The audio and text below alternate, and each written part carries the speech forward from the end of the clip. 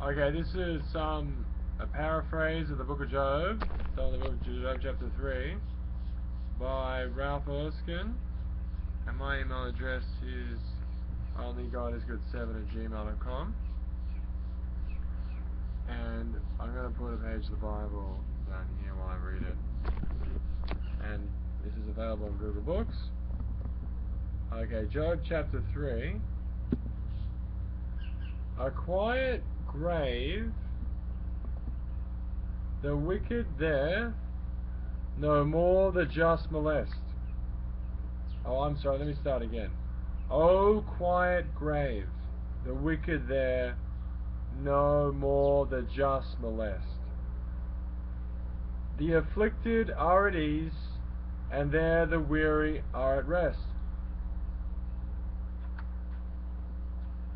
Job chapter 3 verse 18.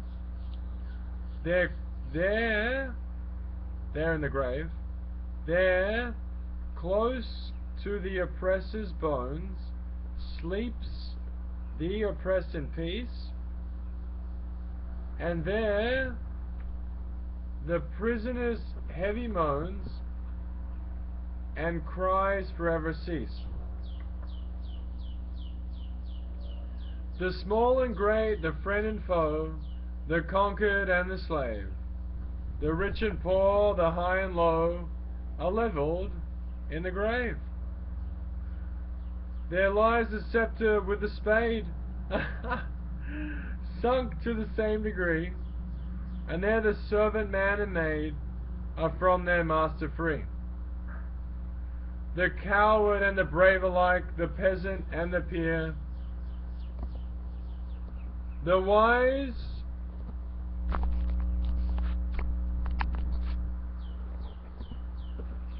and foolish, proud and meek,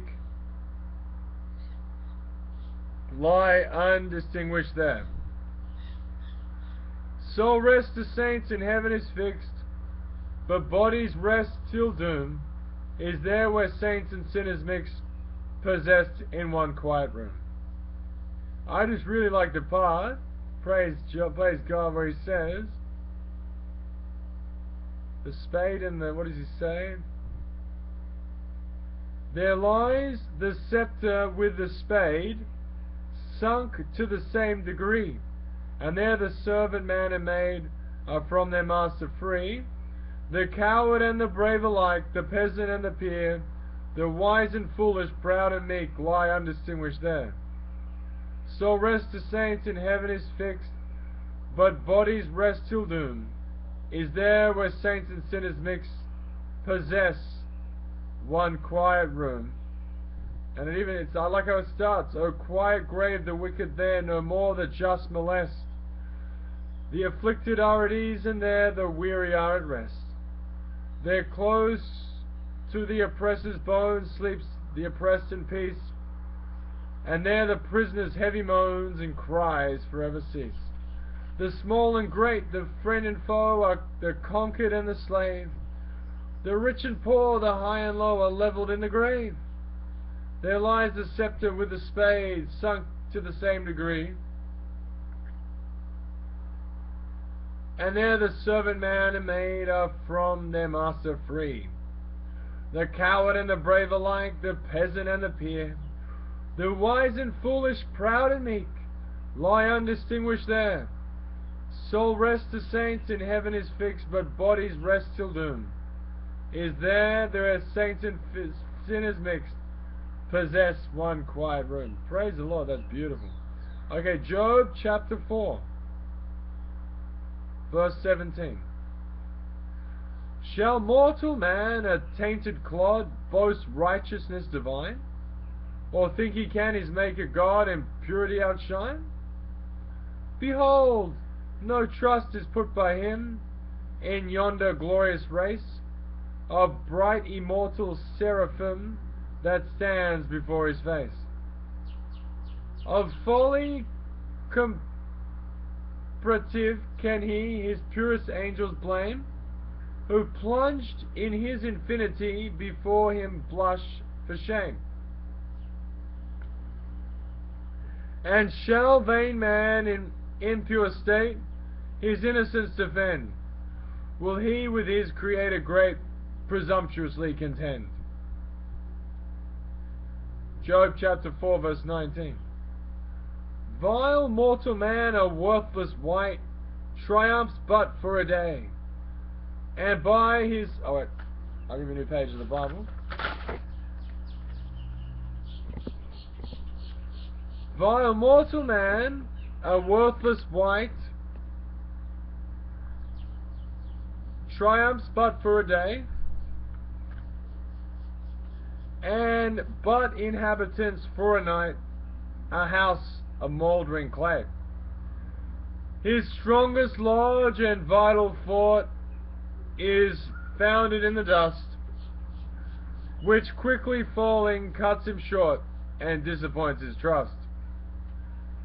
For how soon a gnawing worm or silly moth assails, the rampant cannot stand the storm, the feeble fabric fails.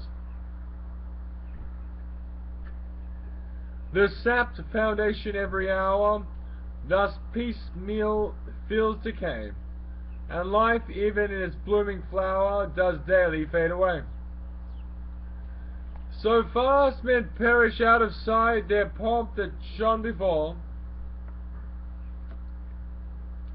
and once could wonder, fond excite, can raise regard no more. In vain no power and wealth achieve, for health at last they cry, for without wisdom as they lived, they in their folly die. Job chapter 5 verses 6 to 7.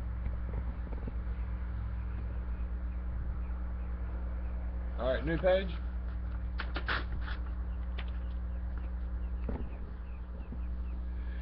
Affliction springs not from the earth, nor trouble from the dust. Yet men are heirs of woe by birth, sad heritage but just. Flames to their element ascend, so men conceived in sin, to trouble as their center tend, like kindred to their kin. For sin and woe, twins of the clan, by chance were never conveyed, but propagate from man to man, since Adam disobeyed. To God I'd seek,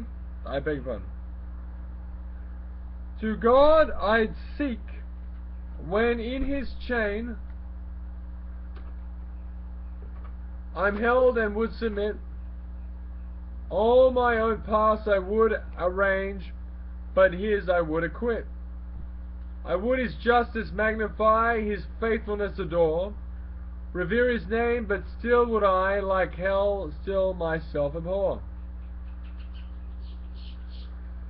Confessing all my faults and flaws that made him lift the rod,